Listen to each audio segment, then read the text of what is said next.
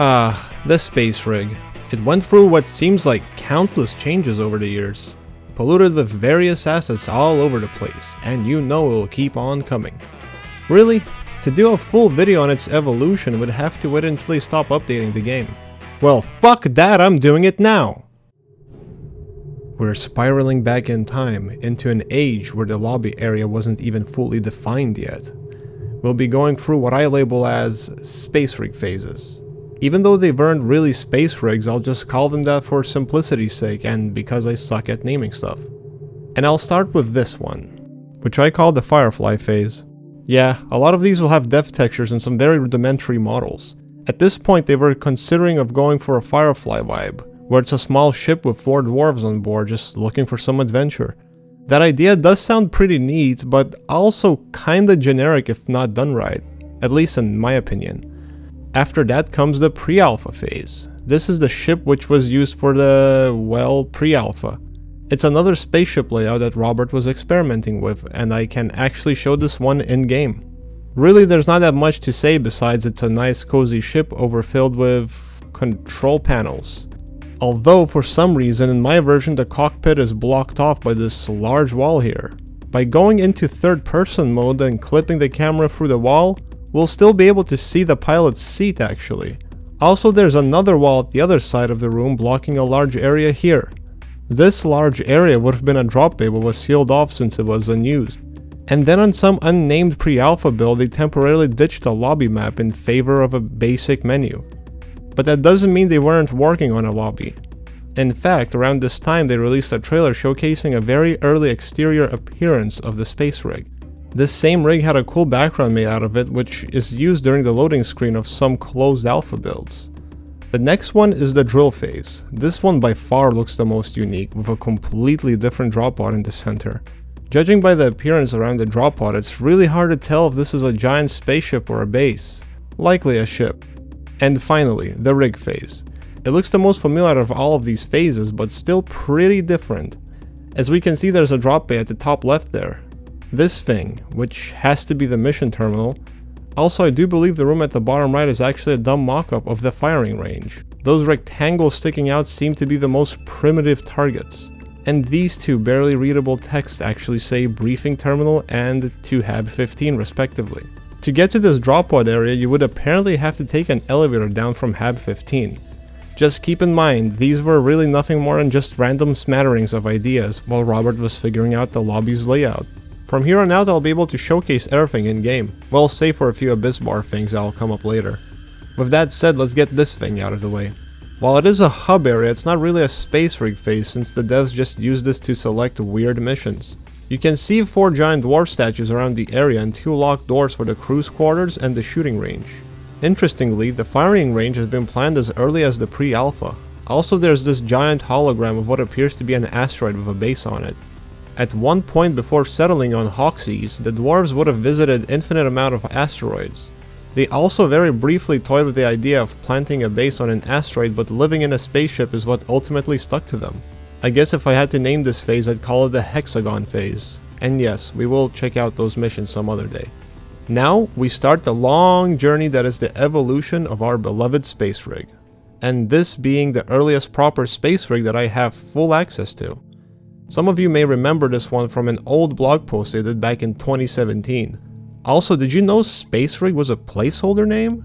Anyway, you'll really have to use your imagination here since it's a beautiful husk of developer textures.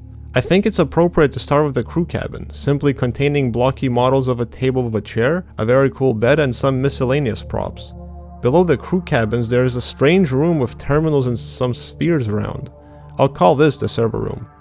Lastly, we have this large, straightforward room with a mission terminal and a drop pod on standby. There's a peculiar large sphere behind it, and there is a hole below the drop pod with no force field stopping you from trapping yourself.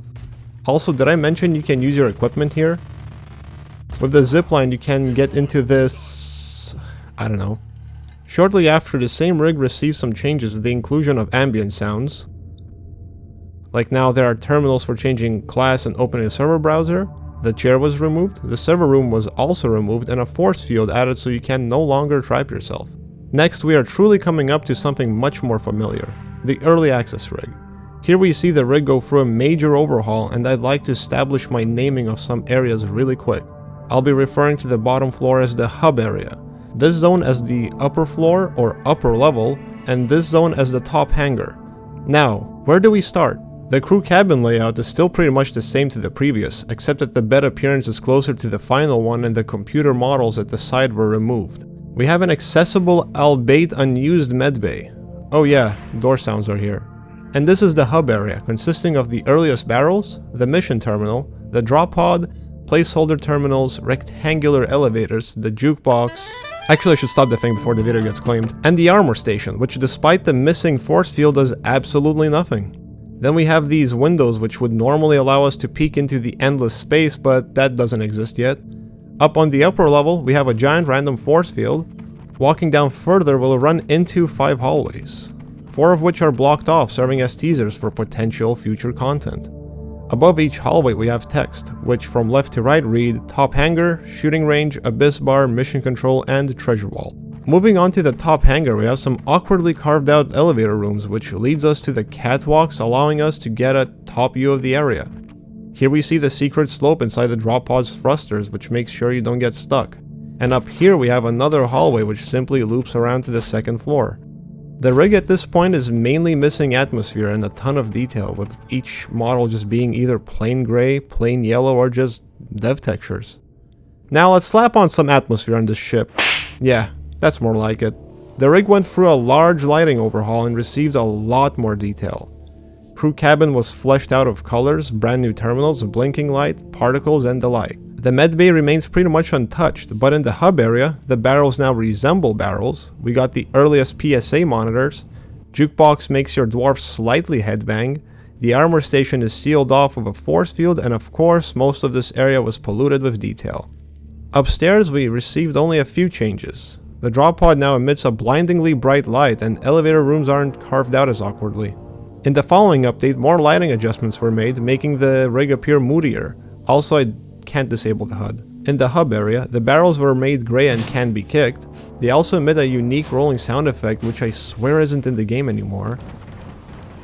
PSA monitors appear more familiar now. Various mules were added near the glass without any collision, and a bare minimum space has been made where the Hoxie's model was housed. Other than that, the top hangar's tunnel got a mysterious green light. Going into the tunnel, you will discover Rob's first secret. Since the gravity recalibration button doesn't exist yet, you'd need to work with other dwarves to get up here, or just use a camera hack like me. In the next build, there were a few changes made to the rig's appearance. For starters, 2 terminals for character customization have been added called Change Looks and Crafting Station. The camera goes into third-person mode when dancing, the lighting got a bit brighter again, and there's this green fog everywhere. When looking out the window, you get this nice, ominous look of old Hoxies, which I definitely didn't turn into a background. Here, we see that the lighting received some way more noticeable adjustments, overall brightening up the rig. In the hub, the medbay was made inaccessible. Barrel textures have changed, mules actually have collision, armor station text was removed, launch tutorial terminal was added, and the upgrade terminal was added while the crafting station was moved right next to it. At the upper level, the treasure vault was changed to a memorial hall, which at this point contains a bunch of grey colored statues striking various poses, and a lengthy glass hallway leading to a screen which displays a list of a bunch of closed alpha testers.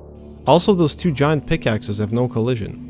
There's also the green barrel up here, and let me just say they had some crazy secret ideas for this thing, to the point where it's just way too much effort to execute than it's worth. Lastly, in the top hangar, Robert's secret doesn't loop around back into the upper floor anymore, and we've got a floating pipe. In the next build, there were some changes made to the rig. Like in the upper floor, the apparent random force field was filled up with some models, and the area fleshed out with a few extra details. Mission control now reacts to more stuff like kicking barrels or dancing. Some functionality was added to the memorial hall so that the statues would only appear when achieving specific ranks or levels, and the glass hallway is no longer a hallway. With that, we are approaching the first early access release of Deep Rock Galactic. Between this and the previous build, the rig didn't go through many changes really. They mainly added some extra lamps here and there. At this point, there will be bare minimum changes made to the rig until way later, since the developers were mainly focusing on other content. On Update 8, the PSA screens received a proper monitor model. The mission terminal model got a small upgrade. The railing received a secondary color and the medbay text was switched out in favor of a logo. On update 11, the rig's top hanger received some visual changes and the gravity recalibration button was added. On update 12, they introduced the mineral terminal. I can finally turn off the HUD again. On update 14, the KPI monitor was added to each crew cabin. The shadows were made brighter, and voice lines were added for when activating the gravity recalibration. On update 15, they replaced the former armor station with an Abyss bar teaser. And as you probably have guessed, I took the camera through those boards to get a better look at the early Abyss bar. This iteration of the bar would have seemingly been much roomier, housing a bunch of tables and chairs. Funnily, the original Abyss bar teaser in the upper floor is still there. Since we are now approaching the Abyss bar's release, it's a great time to acknowledge its own personal evolution. Here is what's likely the earliest iteration of the bar that would have probably still taken place at the upper floor. There's not much I can describe here besides pointing at the bar's entrance, I guess. This next one is a nice cozy bar where you would get a great internal view of the space rig. There would have been Boscos flying around within the bar carrying crates and other stuff. However, it felt too disconnected from the rig and the developer settled for a more cramped bar bringing the players together. Also, reaching this bar would have required much more walking. So they instead decided to carve out a swift bar into the hub area's corner, although the iteration we see here is much roomier than what we received in the end. I can show off a version of this bar in game. Yep, just as big and open as it seemed. Keep in mind that this map is running on update 25, so the appearance of some props isn't accurate to what they actually looked like during the map's development.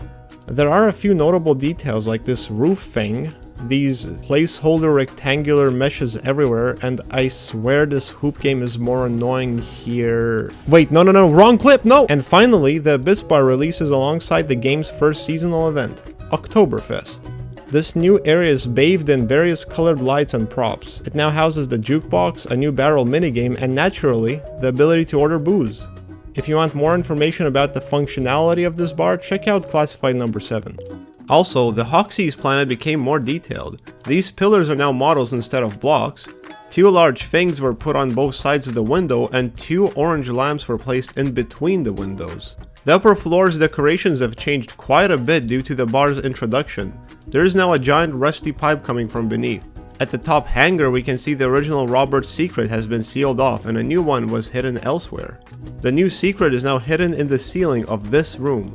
Reaching it will require gravity recalibration and a well-timed jump.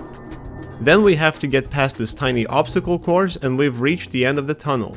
However, if we were to fall down one of these holes, we'll see this strange thick dark fog blocking half of our view, and eventually find a way out of there. Next was update 18.5, which marked the first Halloween event where the space rig received some seasonal decorations temporarily. In the hub area, all the lamp colors were changed to purple, except for this one which is white. Some decorational Halloween lights were hung up on the ceiling. Some banners in the Abyss bar were replaced with the Halloween ones, and the various sized pumpkins were placed around the rig. While unrelated to the video's topic, it's worth mentioning that these events usually come with some cosmetics and minor additions to the caves themselves. On update 19, the Hoxie's model changed to a smooth green planet, and the sun is now shining much brighter. Also, the Abyss bar now has a Today Special. On update 20, we received the first Christmas event, in-universe referred to as Yuletide, which also introduced some seasonal decorations. A ton of various shape, size, and color presents were added throughout the hub area, as well as outside the window. Christmas ornaments were added, which also have an assortment of their own. Whenever broken, Mission Control has a chance to react with a specific voice line. How old are you? You're behaving like ill-mannered children. Please, stop it. These decorations are also randomized each time the map is loaded in.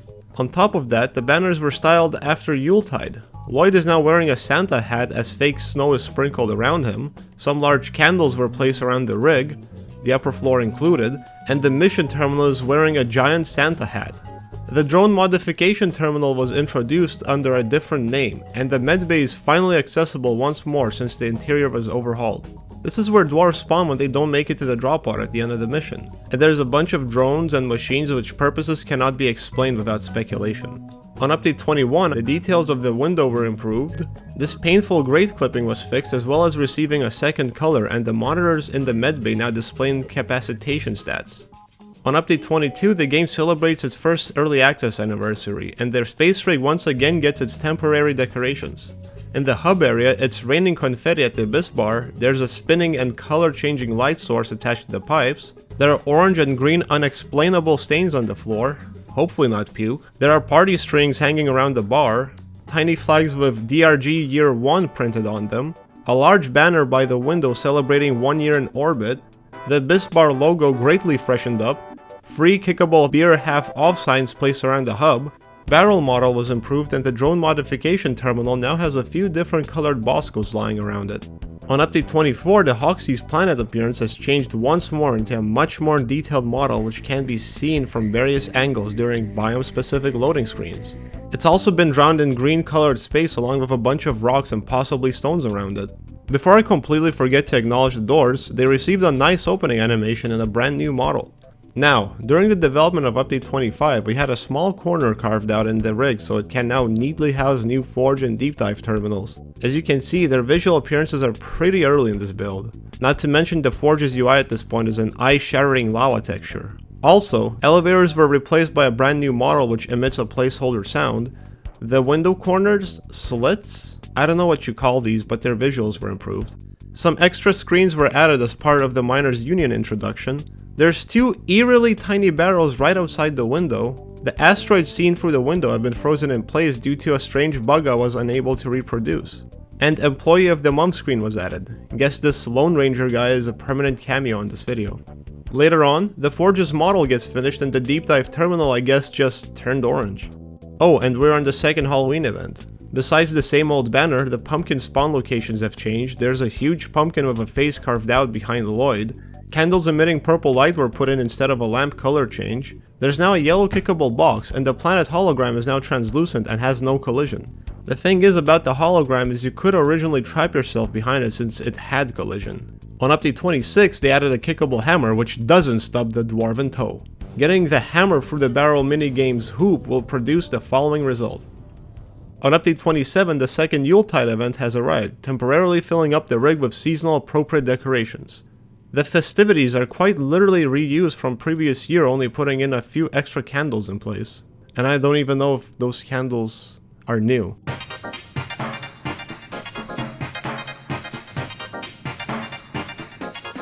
And the next update is when the space rig starts going through one more big overhaul, and the rig will look a bit familiar even to those who started playing after the game's 1.0 launch. Yeah, this one's widely unfinished. Where should I even start? Maybe with the fact that the Deep Dive terminal was gonna be locked away behind a red force field? Or that these pipes behind the equipment and drone terminals are just rotated forges? Oh, and this giant gap in the wall where the window originally resided. How could I miss that? And the mission terminal's appearance has also completely changed, and the other terminals are scattered around with extremely early models attached to them. By looking up some terminal concept art from a while ago, we can conclude their appearance will soon greatly improve.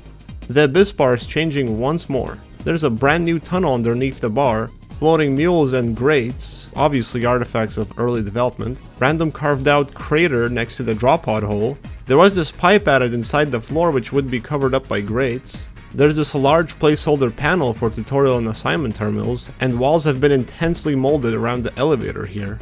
The upper level has just as equally undergone a ton of changes. The hallway over here has been changed into a blue tunnel, Rob's secret is gone, the 4 tunnels teasing a shooting range and the like are gone with only the Memorial Hall entrance remaining, albeit positioned differently, a gorgeous new tunnel leading to the top hangar, and...